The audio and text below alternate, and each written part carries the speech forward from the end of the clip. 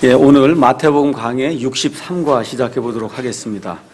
오늘은 마태복음 19장 13절부터 이제 말씀을 강의하려고 하는데 시간이 되는 데까지 많이 나가려고 합니다. 마태복음 19장 1절부터 12절까지는 결혼과 이혼에 대한 그런 말씀들, 또 결혼하지 않을 자들에 대한 그런 말씀들, 이런 말씀들 예수님이 이제 말씀해 주시고 13절에서 15절은 이미 우리가 다 공부했던 그런 내용들입니다. 그냥 제가 읽고 그리고 넘어가겠습니다. 그때 사람들이 그분께서 안수하고 기도해 주실 것을 바라며 어린아이들을 그분께 데려오매 제자들이 그들을 꾸짖거늘 예수님께서 이르시되 어린아이들이 내게 오는 것을 허락하고 그들을 막지 말라. 하늘의 왕국은 그런 자들의 것이니라 하시고 그들에게 안수하신 뒤에 거기를 떠나시니라. 지금 이렇게 되어 있습니다. 중요한 그 요점이 뭐라고 말씀드렸냐면 하늘의 왕국은 그런 자들의 것이다. 그래서 어린 자들의 것이다. 그래서 어린 사람들, 아직 하나님께 회개 보고할 수 있는 그런 나이에 이르지 않은 그와 같은 그 아이들은 이미 천국이 보장이 돼 있어요. 그래서 이 하나님 앞에서 어린아이와 같은 그런 심정으로 돌이켜야만 된다 이제 말씀해 주셨는데 아이들은 돌이킬 필요가 없거든요. 그래서 그 내용은 제가 이미 다 설명을 했기 때문에 하늘의 왕국, 어린아이들의 것이다. 이 말씀을 기억하시고 넘어가도록 하겠습니다.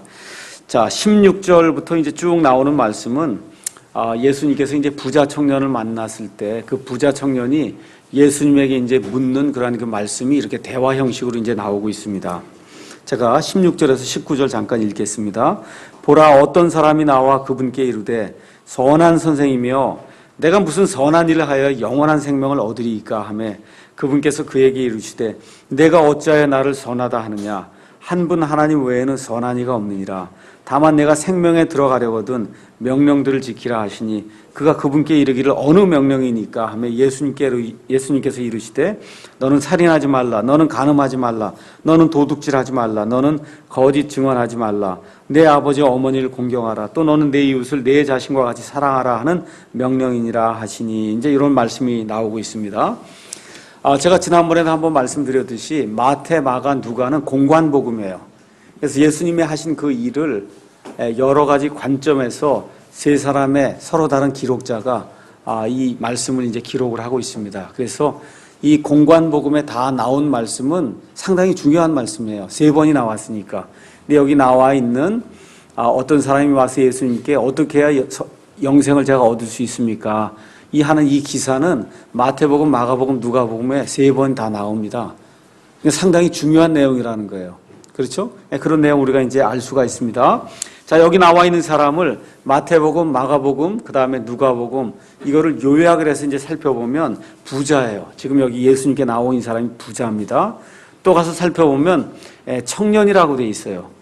또 가서 살펴보면 치리자라고 돼 있는데 앞뒤 문맥과 이런 걸로 봐서는 이 회당의 치리자가 아니겠는가, 회당을 다스리는 그런 사람이 아니겠는가, 이렇게 이제 우리가 살펴볼 수 있습니다. 또 이 사람을 가서 자세히 살펴보면 예수님께 공개적으로 나와서 내가 어떻게 해야 영생을 얻을 수 있습니까? 지금 이렇게 묻는 거거든요. 여러분, 니고데모가 예수님께 공개적으로 나왔어요? 밤에 몰래 나왔어요?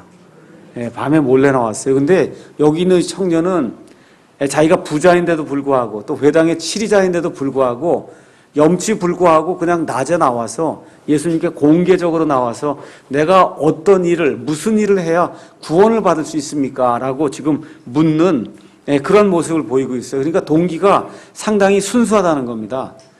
니고데모는 다른 사람들이 자기 쳐다볼까 봐, 또 사람들이 자기를 알아볼까 봐 몰래 밤에 왔지만 이 사람 그런 모든 거 다 내어놓고 순수한 동기를 가지고 지금 예수님 앞에 이제 나와왔어요. 그리고 예수님께서 말씀하시는 걸 듣고 그걸 배워서 순종해 봐야 되겠다 하는 그런 마음을 가지고 나온 것은 이제 확실합니다. 그래서 이 사람이 나와서 뭐라고 얘기하냐면 내가 무슨 선한 일을 해야 영원한 생명을 얻겠냐. 참 이게 대부분의 사람들이 묻는 거예요. 내가 무슨 일을 해야 구원을 받겠냐.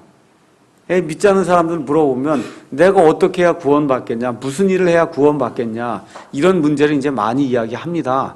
그러니까 여기 있는 청년도 지금 하여튼 내게 뭔가가 지금 부족한 것 같은 그런 생각이 들어서 어떤 특별한 특별한 일을 해야만 자기가 이제 영원한 생명을 얻을 수 있을 줄로 알고 그 특별한 일이 뭡니까 하고 지금 예수님께 나와서 묻는 그런 대목이 이 안에 기록이 되어 있습니다. 여기 이 사람만 이렇게 물은 건 아니에요. 여러분이 가셔서 사도행전 16장 30절에 가서 보시면 빌립보 감옥에서 사도 바울과 실라가 복음을 선포할 때 그 간수가 말씀을 듣고 변화가 됐어요. 그럼 뭐라 그래요? 내가 뭘 해야 구원을 받을 수 있습니까? 그렇게 묻거든요. 그러니까 사람들의 그 생각에 무슨 일을 해야 되겠다. 구원을 받으려면 무언가 내가 해야 되지 않겠냐. 일조해야 되지 않겠냐. 이런 생각이 늘 마음에 있다는 겁니다. 그래서 어느 면에서 상당히 그 종교적인 그러한 그 생각을 가지고 예수님을 지금 쫓고 있다라고 하는 사실을 우리가 알 수 있습니다. 하지만 종교적인 그런 일들을 많이 했음에도 불구하고 무언가 내가 부족하다. 지금식으로 얘기하면 구원의 확신이 없는 거예요. 열심히 했습니다. 율법도 지켰습니다. 이 밑에 가서 보시면 예수님이 명령을 지키라고 얘기하니까 무슨 명령입니까? 하니까 예수님이 몇 가지 명령을 말씀하시니까 제가 다 지켰습니다. 그렇죠? 그걸 봐서는 상당히 경건하고 지금식으로 얘기하면 종교를 추구하는 일에 있어서 선행을 하거나 하는 그런 일에 있어서 타의 추종을 불허하는 그 정도로 아주 훌륭한, 외적으로 봐서는 그런 훌륭한 그런 사람이었다. 그렇게 이제 우리가 생각을 해볼 수가 있습니다. 그래서 이 사람이 뭐라고 얘기하냐면 내가 무슨 일을 해야 되느냐 이렇게 묻지 않고 특별히 이 사람은 무슨 선한 일을 해야, 무슨 좋은 일을 해야, 지금식으로 얘기하면 내가 무슨 선행을 해야 구원을 받겠습니까? 라고 지금 묻는 그런 대목이 안에 기록이 되어 있죠. 그랬더니 예수님께서 뭐라고 말씀하시냐면 내가 어찌하여 나를 선하다 하느냐. 킹제임 성경을 제외한 이 세상의 나머지 모든 성경들은 이렇게 기록하지 않고 있어요. 뭐라고 지금 기록하냐 하면 왜 내가 선한 것을 내게 묻느냐 이렇게 기록이 되어 있습니다. 킹제임 성경엔 왜 내가 나를 선하다고 하느냐. 그 다음에 예수님 뭐라 그래요? 그 다음에 한 분 곧 하나님 외에는 선한 이가 없느니라. 그럼 예수님이 지금 뭐라고 말씀하는 거예요? 왜 나를 선하다 그러냐. 하나님 한 분 외에는 선한 이가 없다. 그게 무슨 소리예요? 바꿔 얘기하면 나를 선하다 그랬으면 내가 하나님이다 이렇게 얘기하는 거야 지금 예수님이. 근데 그거를 현대 역번 이 번역하고 나는 사람은 예수님을 하나님이라고 인정할 수가 없으니까 이 텍스트를 바꿔와서 내가 왜 선한 일을 내게 묻느냐. 지금 이렇게 성경을 그렇게 바꿔놨어요. 그래서 개혁성에 가서 보시면 왜 내게 선한 일을 묻느냐. NIV니 NASB니 다 그렇게 기록이 되어 있습니다. 킹제임 성경과 올바른 텍스트는 그 얘기를 하는 게 아니라 왜 나를 선하다 그러냐. 선하다고 하는 거는 나를 하나님이라 그러는 거 아니냐. 지금 그렇게 얘기하는 겁니다. 그럼 내가 하나님으로서 내게 구원의 진리를 가르쳐 주마 하고 예수님이 지금 말씀하시는 그런 대목이 이 안에 이제 기록이 되어 있습니다. 다시 말씀드려서 선한 이는 한 분 하나님뿐이 없는데 내가 나를 선하다고 하는 거는 곧 내가 나를 하나님입니다. 그렇게 고백하는 거다. 그렇게 이제 예수님이 말씀하십니다. 그러고 나서 뭐라고 얘기하세요? 명령들을 지켜라. 지금 그렇게 이야기하는 겁니다. 명령들을 지켜라. 다른 얘기로 하면 율법을 지켜라. 그런 얘기예요. 자, 그럼 이 젊은이가 지금 묻는 내용은 뭐냐면 어떻게 해야 제가 영원한 생명, 쉽게 얘기하면 구원을 받을 수 있습니까? 이렇게 묻는데 예수님이 나를 믿고 그다음에 십자가에서 내가 죽는 걸 믿고 뭐 이런 얘기를 지금 예수님이 하질 않고 갑자기 뭐라고 말씀하시냐면 율법을 지켜라. 지금 그렇게 이야기하는 거예요. 여러분 한번 이거를 깊이 한번 생각을 해보셔야 됩니다. 율법을 지켜서 구원받을 수 있습니까? 명령들 지켜서 십계명이라고 보통 얘기하는 하나님의 그러한 그 10가지 명령들을 지켜서 그래서 구원받을 사람이 있어요? 없어요? 없어요. 근데 예수님이 지금 뭐라고 말씀하시냐면 단도직입적으로 명령들을 지켜라 라고 얘기하면서 그 무슨 명령입니까? 얘기하니까 예수님이 심지어 몇 가지를 나열까지 해주시면서 명령들을 지켜라. 지금 그렇게 이야기합니다. 자, 여러분이 로마서 3장 20절 말씀 가서 보시면 다 알고 있듯이 율법의 의로는 하나님 앞에 의롭게 될 자가 아무도 없다. 의롭게 될 자가 없다는 얘기는 율법의 의를 가지고는 구원받을 자가, 영원한 생명을 받을 자가 없다는 거예요. 근데 왜 예수님이 갑자기 율법을 지키랴 그렇게 이야기하느냐. 그건 지금 구원받는 방법을 이야기하려고 하는 것이 아니라 구원이 필요하다는 것을 알려주기 위해서 지금 율법을 내가 다 지켰느냐 지금 묻는 거예요. 자, 율법은 어떤 거냐 하면 거울과 같습니다. 야고보서 1장에 나와 있는 것처럼 1장 23절에 나와 있는 것처럼 거울과 같아요. 오늘 아침에 오실 때 거울 가셔서 얼굴 한 번 다 쳐다보고 오셨죠? 그렇죠? 거기 거울 가서 이렇게 내 모습을 비춰보면 옷이 잘못이 돼 있는지 머리카락이 헝클어져 있는지 이런 모습을 보지 않습니까? 맞습니까? 보입니까? 안 보입니까? 보이죠? 근데 그 거울이 얼굴이 잘못된 거 고쳐줄 수 있어요? 없어요? 거울이 고쳐요? 못 고쳐요? 보여는 주는데 거울 자체가 잘못된 거를 고쳐주지는 못한다는 거예요. 그러니까 지금 예수님이 이 사람에게 율법을 지켜라, 명령들을 지켜라 라고 이야기하는 거는 그걸 지켜서 지금 구원받을 수 있다. 지금 그 얘기를 하려고 하는 게 아니라 그것들을 살펴보면 그럼 어떻다는 거예요? 내가 죄인이라고 하는 그런 사실을 깨닫고 내가 지금 나를 선하신 분, 곧 하나님이라고 고백하지 않았느냐. 그렇게 되면 이 하나님을 믿게 될 때 내가 올바른 영생을 얻을 수 있다. 지금 예수님이 지금 그쪽으로 이끌고 나가려고 지금 하시기 위해서 율법을 지켰느냐고 지금 묻는 겁니다. 자, 그럼 무슨 명령들을 제가 지켜야 됩니까? 하고 얘기하니까 예수님께서 이제 몇 가지 이야기를 이제 쭉 얘기했더니 이 청년이 뭐라 그래요? 제가 다 지켰습니다. 라고 이제 하는 내용이 20절부터 이제 내용이 나오는 겁니다. 20절에 가서 보니까 그 청년이 그분께 이르기를 이 모든 것은 내가 어려서부터 지켰거니와 아직도 내게 부족한 것이 무엇이니까 하거늘 예수님께서 그에게 이르시되 내가 완전하게 되려거든 가서 내 소유를 팔아 가난한 사람들에게 주라.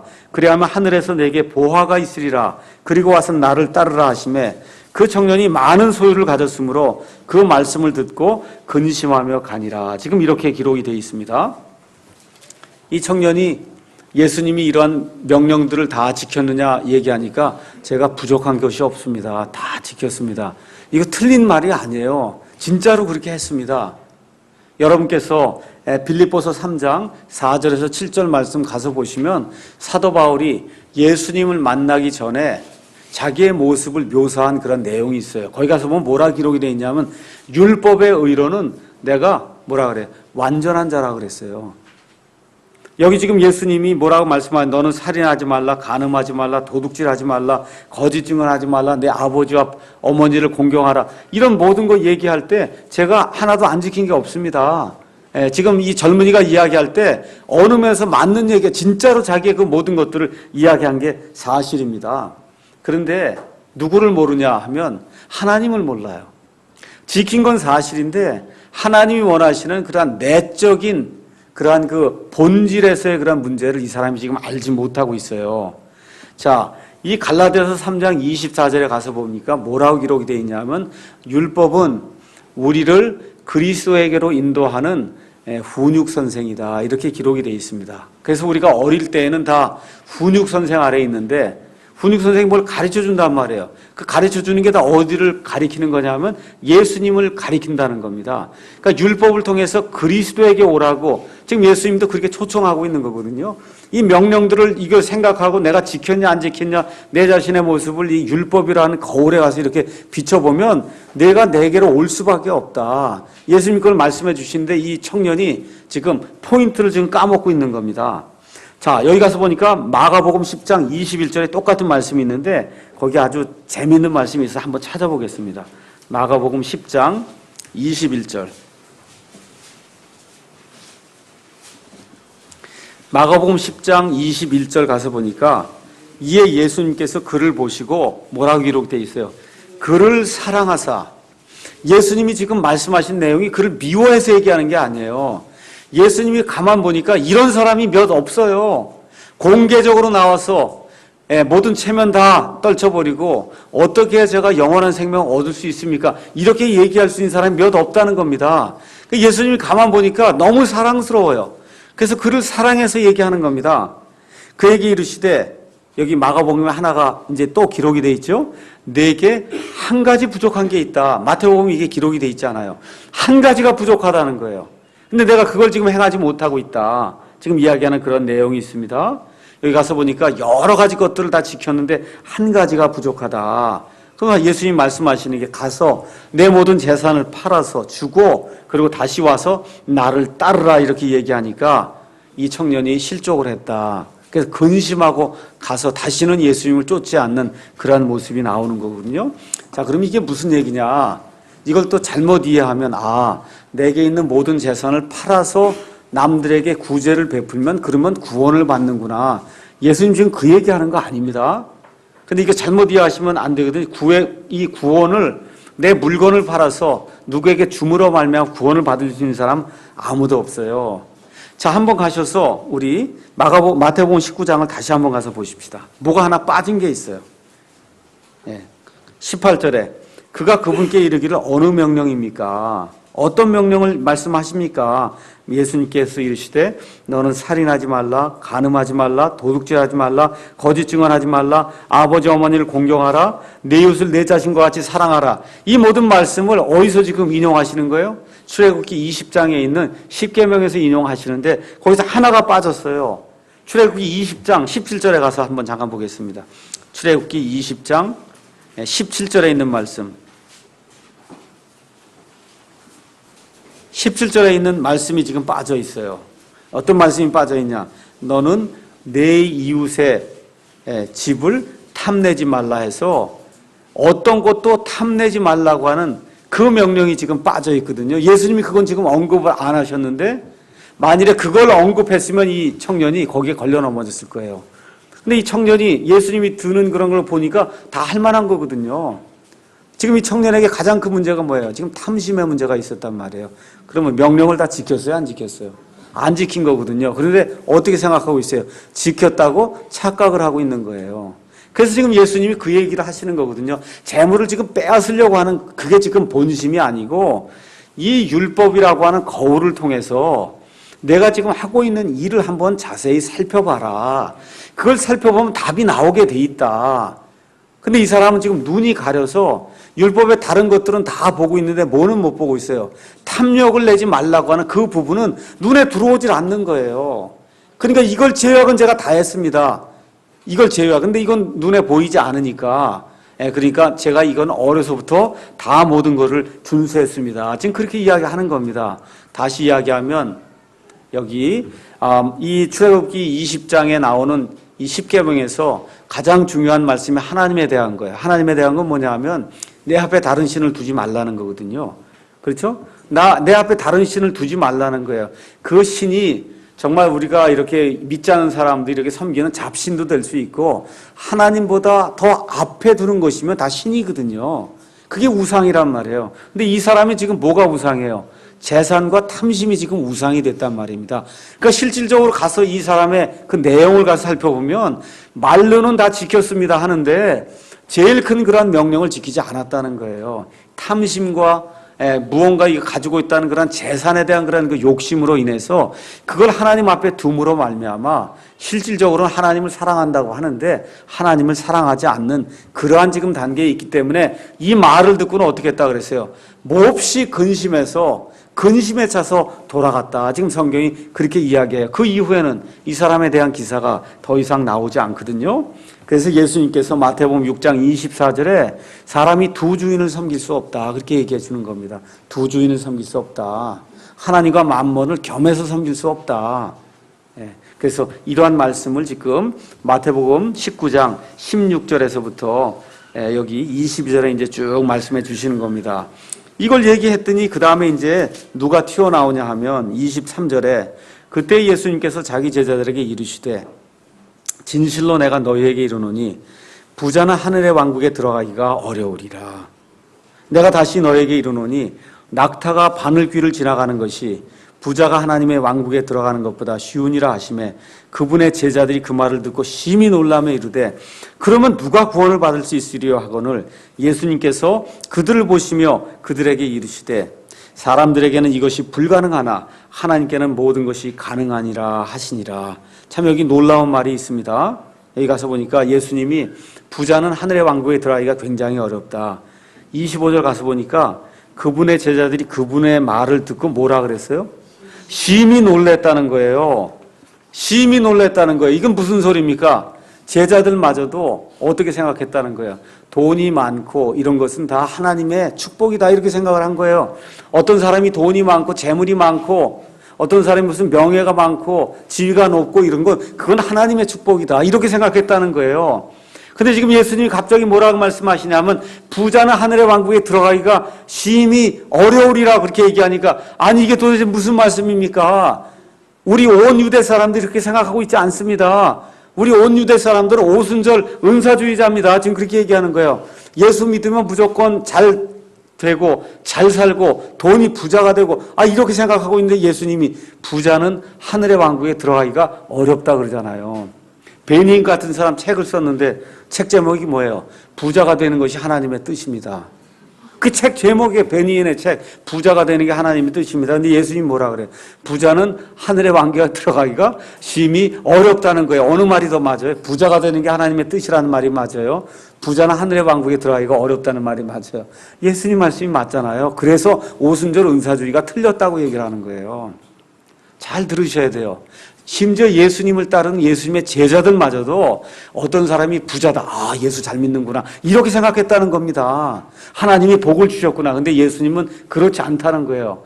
그 얘기를 또 잘못 들으시고 부자가 되면 천국에 못 가겠구나. 이런 얘기를 하려고 하는 것이 아니라 부자도 들어갈 수가 있어요. 거기 뭐라고 써 있냐면 사람들에겐 이것이 불가능하나 하나님께는 모든 게 가능하다.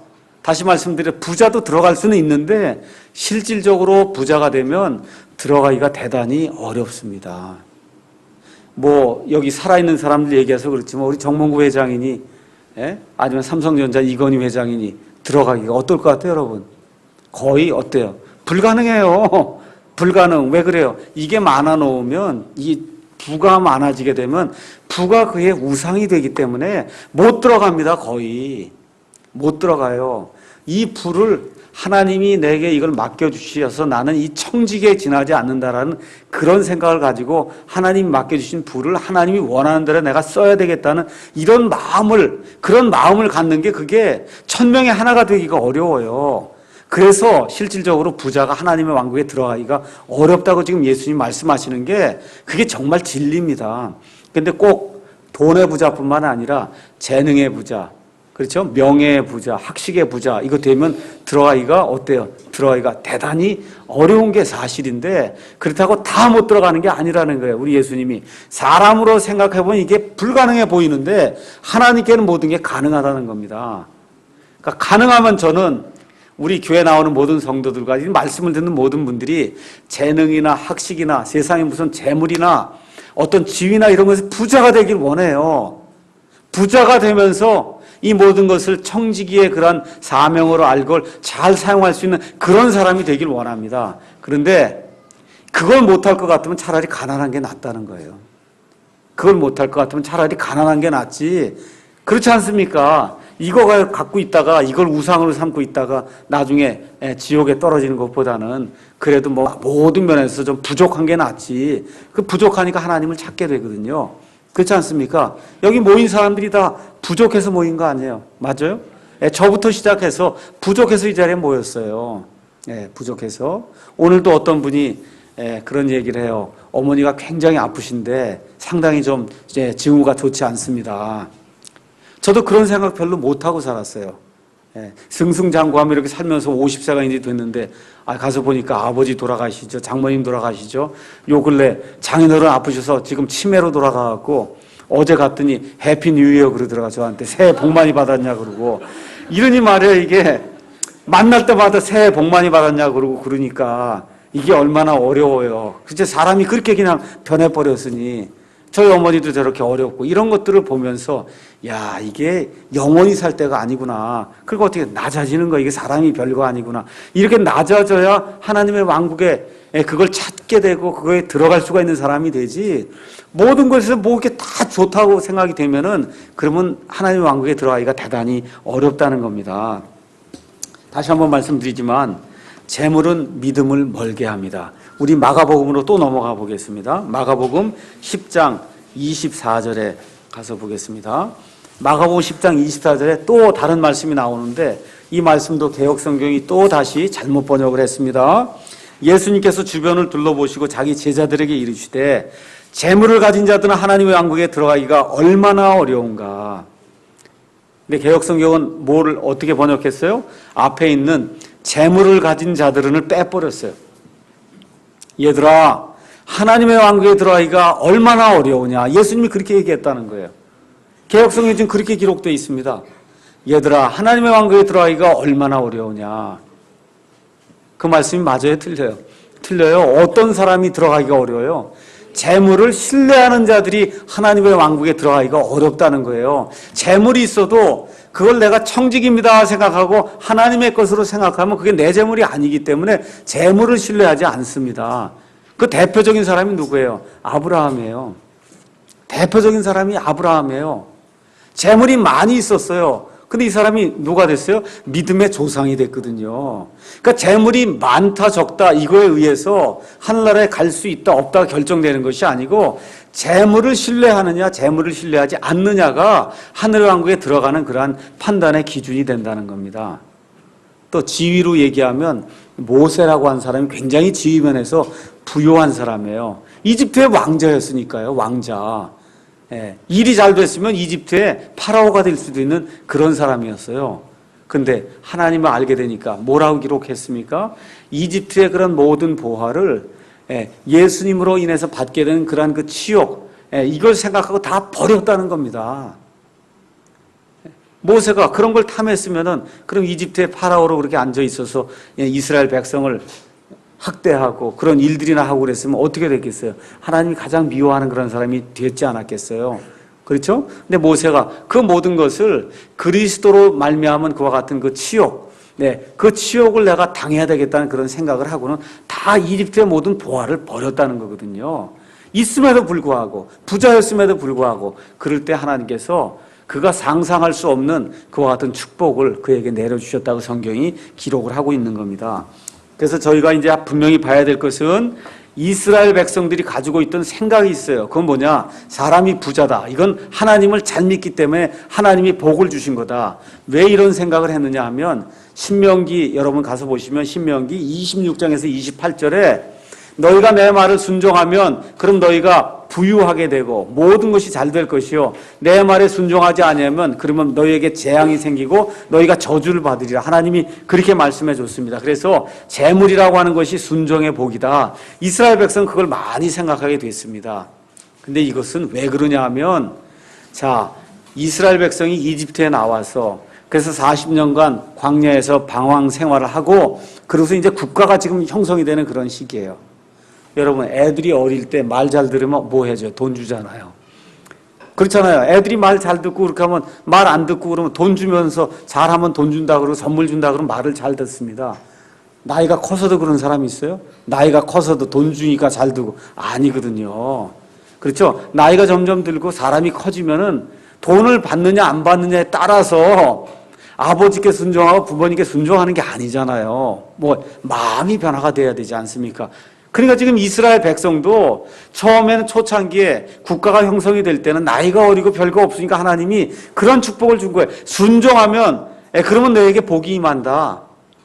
물론 나중에 나이가 들고 사람이 커서도 순종하면 복이 임하는 게 사실인데 이 복을 받기 위해서 돈을 받기 위해서 순종하는 것은 그건 아니라는 거예요. 하나님이 원하신 이제 장성했으면은 마음의 변화가 생겨서 나를 사랑하고 그럼 나를 순종해야지 돈을 받기 위해서 그렇게 하는 건 자세가 잘못이 됐다. 그렇게 이제 이야기하는 겁니다.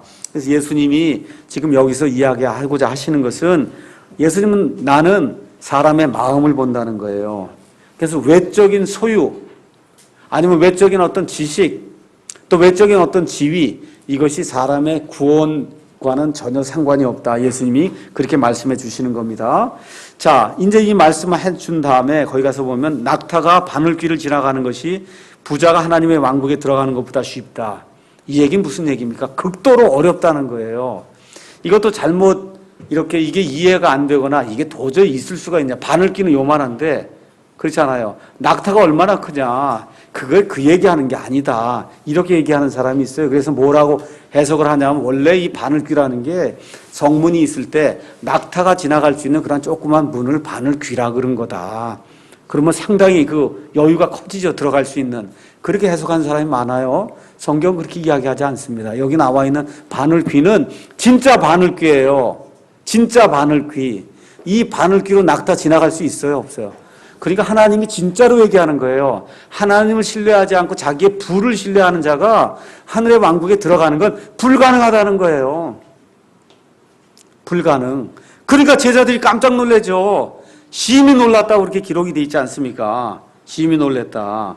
그래서 진짜로 중요한 것은 믿음을 가진 사람만이 여기에 들어갈 수 있다는 거예요. 자, 이렇게 얘기한 다음에 26절에 보니까 제자들이 깜짝 놀라서 그러면 누가 구원을 받을 수 있습니까? 그랬더니 예수님이 그들을 보시며, 여기 보신다고 하는 말이 26절에 영어엔 beheld라고 하는 그런 단어가 나왔어요. 이건 물끄러미 이렇게 한 몇 초 동안 이렇게 살펴봤더니 이렇게 쭉 금방 쳐다보고 끝낸 게 아니라 제자들이 누가 구원을 받을 수 있습니까? 이렇게 얘기하니까 제자들 한번 이렇게 한 5초, 10초 이렇게 물끄러미 이렇게 쳐다봤다는 거예요. 뭐냐? 생각할 여유를 줬다는 거예요. 니들 한번 생각을 해봐라. 내가 원하는 게 도대체 뭔지 한번 깊이 한번 생각을 해보라는 겁니다. 그러면서 얘기하는 게 뭐예요? 사람의 생각과 사람의 길은 하나님의 생각과 하나님의 길과 같지 않다. 이사야서 55장 5절에서 8절에 나오는 그러한 이야기를 예수님이 얘기하시면서 뭐라고 얘기하는 겁니까? 사람들에게 이게 불가능한데 사람들에게 어떻게 이게 가능합니까? 이거 낙타가 어떻게 바늘귀를 지나가? 이거 불가능한 겁니다. 사람들에겐 불가능한데 그러니까 이게 낙타가 지나가는 문이 되면 가능한 겁니다. 그런 거 얘기하는 게 아니에요. 바늘귀를 낙타가 지나가는 게 불가능한 것처럼 부자가 하나님의 왕국에 들어가는 건 불가능하다. 그런데 하나님께는 모든 것이 가능하다. 그래서 하나님 보시기에 참된 부자가 돼야 된다. 예수님께서 그렇게 말씀해 주시죠. 그래서 실질적으로 신약성경에도 가서 보시면 부자가 구원을 받아요. 누구 부자가 있어요? 삭개오라고 하는 부자가 있었잖아요. 니고데모라고 하는 그런 부자가 있었잖아요. 맞습니까? 또 누가 있어요? 세리마테라고 하는 그런 부자가 있었잖아요. 구원 받습니다. 왜 그래요? 자신의 부를 신뢰하지 않고 이 부는 하나님이 내게 맡겨주신 것입니다 생각하고 청지기로서 그 부를 관리하며 이 부를 신뢰하지 않고 하나님만을 신뢰하게 될 때 하나님께서 이런 사람은 구원을 주신다는 겁니다. 그래서 사도 바울이 디모데전서 6장 10절에도 뭐라고 이야기하고 있냐 하면 돈을 사랑함이 모든 악의 뿌리다. 그렇게 이야기하고 있어요. 잘 보셔야 돼요. 돈이 모든 악의 뿌리예요? 아니요. 돈이 모든 악의 뿌리면 우리 돈 벌면 큰일 나요. 그렇죠? 돈 없이 살 수 있어요? 예. 돈이 많으면 좋다 그래서 많이라 그러는 거예요, 영어로. 많이 그러잖아요. 많이. 그렇죠? 많으면 좋은 거예요. 나쁜 거 없어요. 많으면 좋습니다. 근데 문제는 이 많은 것을 신뢰해서 거기에 푹 빠지면 그러면 문제가 생긴다는 거예요.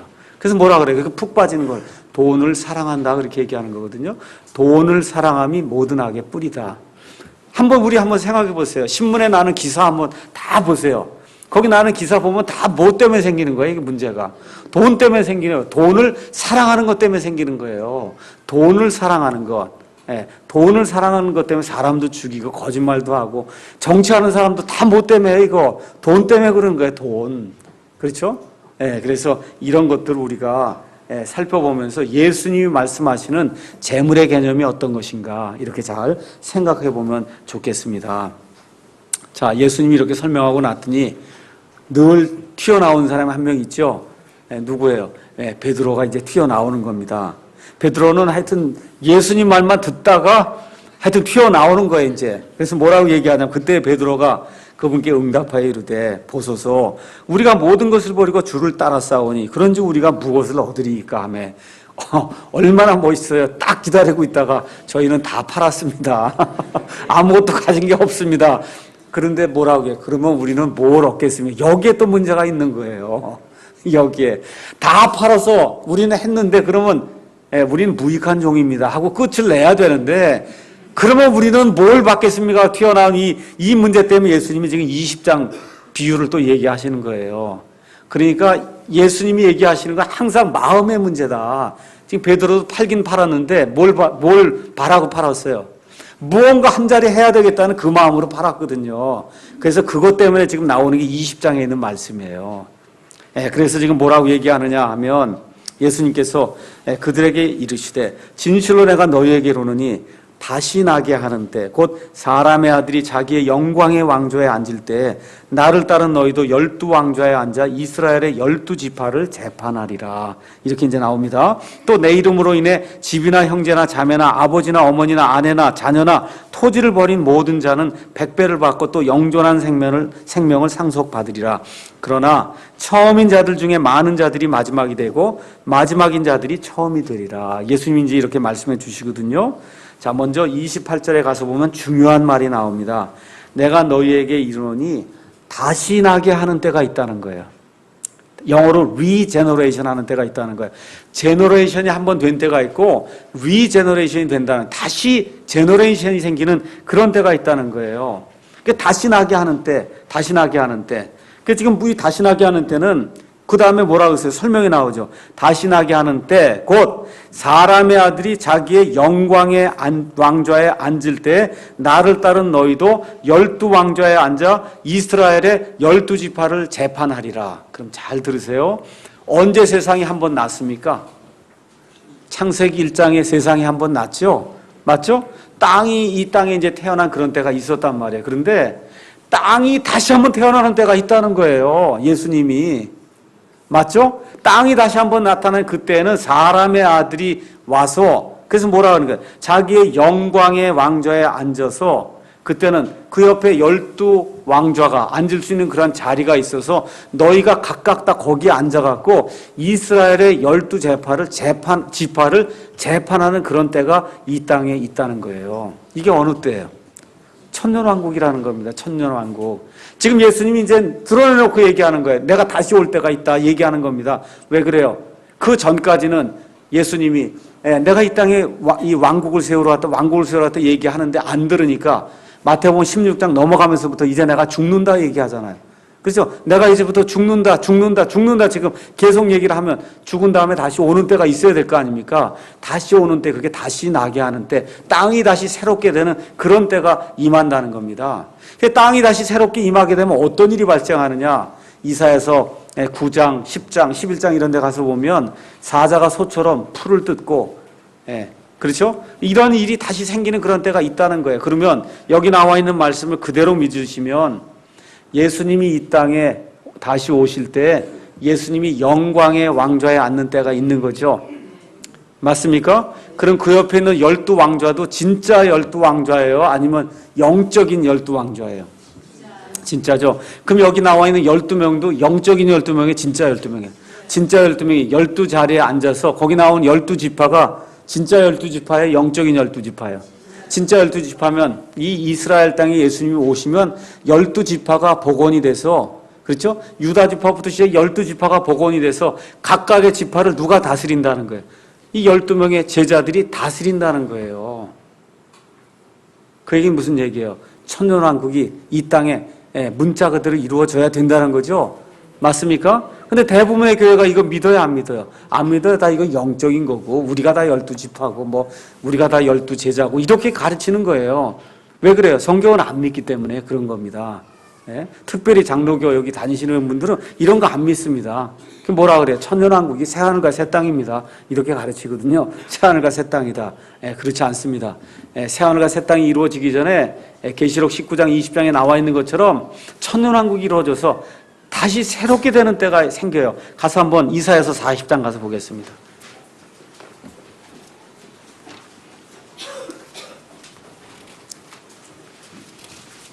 이사야서 40장 말씀 보겠습니다.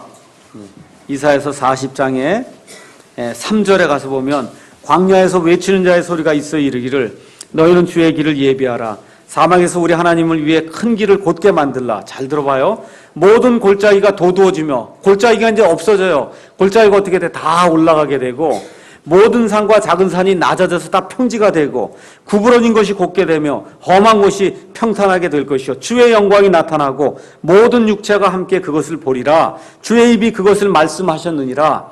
예수님을 모든 육체가 본다는 거예요. 예수님이 이 땅에 임하게 되면, 천연왕국이 이루어지게 되면 온 땅이 평평하게 다 변한다는 거예요. 산이 다 내려오게 되고 골짜기가 다 도두어지는, 그래서 온 땅이 다시 새롭게 되는 그런 때가 임하는 그런 시기가 있다는 겁니다. 그게 성경에 뭐라고 얘기해요? 다시 나게 하는 때다. 성경이 지금 그렇게 이야기를 하는 거예요. 예. 그래서 이렇게 되면은 이 예수님께서 오셔서 영광의 왕좌에 앉으셔서 그래서 다윗의 왕좌를 이어받을 분으로 오셔서 그래서 예수님께서 친히 다스리시는 그와 같은 일이 생긴다는 겁니다.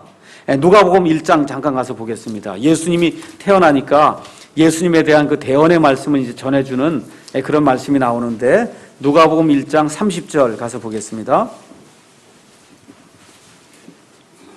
마리아에게 이제 이야기하는 그런 내용이 나오는데 마리아에게 31절에 그 천사가 내가 아들을 낳는데 그의 이름을 예수라 하라. 32절 그가 크게 되고 가장 높으신 이의 아들이라 불릴 것이요 주 하나님께서 그의 조상 다윗의 왕좌를 그에게 주시리니 그가 얼마 동안요? 영원토록 야곱의 집을 통치하며 그의 왕국이 무궁하리라. 야곱의 집이 이스라엘의 이방인이에요. 이스라엘이에요. 야곱의 집을 통치하며 그의 왕국이 무궁하리라 이렇게 기록이 되어 있잖아요. 예수님이 다스리시는 그런 왕국이 무궁한 그런 왕국이 이 땅에 이루어집니다. 예, 우리 가서 이사야서 9장 말씀도 잠깐 다시 한번 보겠습니다. 이사야서 9장에 가서 보시면 임마누엘 이야기가 쭉 나온 다음에 이사야서 9장에 가서 보시면 6절에 이는 한 아이가 우리에게 태어났고 한 아들을 우리에게 주셨는데 그의 어깨에는 정권이 놓여 있단 말이에요. 예수님이 정치하시는 분으로 오신다는 겁니다. 그의 이름은 놀라우시니 좋은 자 강하신 하나님 영존하는 아버지 평화의 통치자가 할 것이기 때문이라. 7절에 그의 정권과 화평의 번창함이 끝이 없으며 또 그가 다윗의 왕자와 그의 왕국 위에 군림하여 그것을 정비하고 이제로부터 영원토록 판단의 공의와 정의로 그것을 굳게 세우리라. 만군의 주의 열심히 이것을 이루리라 이렇게 얘기하거든요. 이러한 천년왕국이 이 땅에 이루어질 때 12제자가 어떻게 해요? 12왕좌에 앉아서 이스라엘의 12지파를 다스리는 그와 같은 일이 생긴다. 예수님이 너희가 나를 따랐으니까 그런 복을 받는다. 예수님이 이제 그렇게 말씀해 주시는 겁니다. 그런데 예수님이 이 이야기를 하시면서 베드로의 마음의 상태를 봤단 말이에요. 베드로는 어떤 상태를 하는 거예요? 내가 팔면은 내가 무언가를 바치면은 예수님이 나를 위해서 무엇을 해주겠거니. 그러니까 예수님이 뭐라고 말씀하시냐 하면 그러나 처음인 자들 중에서 그렇죠? 처음인 자들 중에서 많은 자들이 마지막이 되고 마지막인 자들이 처음이 되는 때가 그런 일이 있다. 그럼 무슨 소리예요? 예수님을 쫓아다녔잖아. 이게 처음으로 지금 예수님 믿은 사람이거든요. 그 중에 많은 자들이 잘못된 동기를 가지고 나를 따르다가는 마지막이 된다는 거예요. 그게 무슨 보상이 거의 없다는 겁니다. 그러니까 동기가 제대로 돼야지 예수님을 믿는 동기가. 이 동기가 잘못된 상태에서 나를 따르게 되면 그럼 오히려 그게 문제가 될 수 있다는 거예요. 열심히 해서 1등으로 가서 했더니 예수님 너 꼴찌다 그렇게 얘기한다는 겁니다. 꼴찌다. 그래서 나오는 말씀이 20장에 있는 말씀이에요. 하늘의 왕국은 마치 품꾼들을 고용하여 자기 포도원에 들여보내려고 아침 일찍 나간 사람 곧 집주인과 같으니라. 이 말씀을 이제 얘기하면서 거기 가서 보면 이제 포도원에 사람들을 고용하는 그런 포도원 주인의 이야기가 나옵니다. 쭉 읽어보시면은 유대인들의 그 시간을 가서 살펴보시면 유대인들은 아침 6시부터 시작해서 시간이 시작이 되는 거예요. 아침에. 그래서 아침 7시가 되면 1시. 그렇죠? 아침 8시가 되면 2시. 그 다음에 9시가 되면 3시. 그럼 12시가 되면 몇 시예요? 6시. 그렇죠? 그렇게 돼갖고 저녁 6시가 되면 그럼 12시가 돼서 끝나는 거예요. 그래서 이 비유의 말씀을 제가 쭉 읽지는 않겠지만 거기 가서 보면 아침에 일찍 고용된 사람들이 있습니다. 그건 뭐냐 하면 6시 시작이 될 때쯤 돼서 고용된 사람들이 있어요. 이게 쉽게 얘기하면 베드로와 12제자란 말이에요. 예수님의 사역이 이렇게 시작이 될 때 일찍 고용이 된 겁니다. 일찍 이런 사람이 있고 또 가서 보니까 3시에 나가 보니까 또 빈둥빈둥 된 사람이 있어요. 내 포도원에 와라. 그럼 무엇이든 정당한 걸 받으리라. 6시에 가니까 또 놀고 있는 사람이 있어요. 데리고 왔습니다. 9시에 가니까 또 놀고 있는 사람이 있어요. 데리고 왔어요. 그래가지고 저녁 5시 여기 시간으로 얘기하면 11시에 갔더니 또 놀고 서 있는 사람이 있는 거예요. 무엇이든 정당한 걸 줄 테니까 내 포도원에 와라 라고 해서 이 사람들을 다 예수님이 자기 포도원으로 이제 드리는 그와 같은 내용이 있어요. 이거 다 일이 끝났으니까 돈을 줘야 될 거 아닙니까? 근데 누구부터 돈을 줬다고 기록이 돼 있어요? 맨 마지막에 온 사람부터 돈을 주는데 근데 보니까 맨 처음에 온 사람이 얼마 주기로 하고 계약을 하고 왔어요. 하루에 1데나리온 받기로. 2절 가서 보니까 그가 하루에 1데나리온씩 주기로 품꾼들과 합의하여 그들을 자기 포도원에 들여보냈다. 그런데 가서 보니까 4절 가서 보세요. 3시쯤 노는 사람들에게는 1데나리온 준다는 얘기가 아니고 그들에게 이르되 너희도 포도원에 들어가라. 내가 너희에게 무엇이든 정당한 것을 주리라 그랬단 말이에요. 그러니까 처음에 들어간 사람은 계약서 없이는 제가 못 갑니다. 계약서를 쓴 사람이에요. 예수님하고 계약서를 쓴 거예요. 집을 팔았으니까 이걸 주시겠죠 하고 이렇게 계약서를 쓰고 들어간 사람이 있고 3시, 6시, 9시, 11시에 간 사람은 예수님 처분대로 제가 하겠습니다 하고 무엇이든 정당한 걸 주겠다고 하니까 제가 가겠습니다 하고 들어간 사람들이에요. 그런데 가서 보니까 맨 마지막에 온 사람부터 돈을 주는데 얼마를 줘요? 1데나리온을 주는 거예요. 몇 시간 일했어요? 1시간. 그러니까 처음에 온 사람은 옳거니 12시간을 내가 일했으니까 12데나리온을 내가 받겠구나 생각했는데 보니까 몇 데나리온을 받습니까? 1데나리온을 받으니까 이 사람도 그렇죠? 아니 이럴 수가 있습니까? 우리 하루 종일 온종일 일했는데 1데나리온이고 이 사람은 어떻게 해요? 1시간뿐이 일을 안 했는데 이 사람은 어떻게 1데나리온을 주고 이렇게 불합리한 서사가 어디 있습니까? 하고 불평불만을 늘어놓는 그런 대목이 지금 이 안에 나온단 말이에요. 그렇죠? 그랬더니 예수님이 내 것 가지고 내 마음대로 하는데 그게 무슨 잘못이냐. 예수님이 그렇게 말씀하시잖아요. 그러면서 예수님이 맨 마지막에 말씀하시는 게 중요한 포인트예요. 이와 같이 마지막인 자가 처음이 되고 처음인 자가 마지막이 되리니 부름받은 자는 많으나 선정된 자는 적으니라 하시니라. 이거 누구 들으라고 얘기한 거예요? 이거 지금 쭉 20장 1절부터 16절까지 상당히 긴데 이거 누구 들으라고 얘기한 거예요? 베드로하고 12제자 들으라고 얘기한 거잖아요. 그렇죠? 저희가 다 팔았습니다. 근데 이게 뭐예요? 이미 계약서 썼다 이런 심정으로 다 팔았다는 거거든요. 그러니까 예수님이 계약서 쓴 사람은 그대로 하는 수밖에 없다. 그러니까 이걸 잘 기억하셔야지 이게 또 일을 많이 하면 구원을 주는가. 이거 구원 얘기 아닙니다. 또 이거 잘 들으셔야 돼요. 누구나 다 몇 데나리온 받아요. 그러니까 일을 많이 한 사람이나 적게 한 사람 예수님은 공산주의 일을 하셔서 다 똑같이 1데나리온을 주는가 보다. 아니에요. 이건 보상 얘기하는 것도 아니에요. 구원 얘기도 아닙니다. 보상 얘기도 아니에요. 어떤 얘기냐? 태도의 얘기예요. 예수님을 섬길 때 그 태도의 얘기를 지금 얘기하는 거예요. 예수님을 섬길 때 계약서 쓰듯이 하지 말라 그 얘기입니다. 아시겠죠? 어떻게 해요? 예수님 제가 할 일 그냥 마땅히 제가 할 일을 했습니다. 나머지 예수님이 알아서 처분해 주십시오. 처리해 주십시오. 이러한 태도를 가지고 예수님을 섬겨야지. 그렇잖아요. 사도 바울이 제가 죽을 고생을 했습니다. 이런 식으로 대답하지 않았다는 거죠.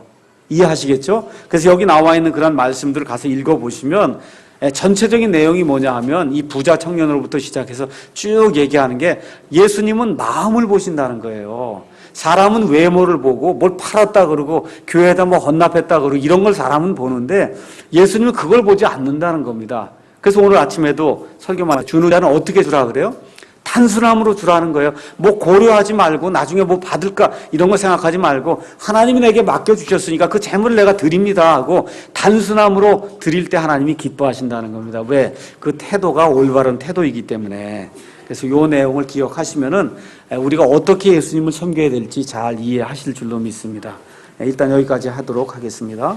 기도하겠습니다.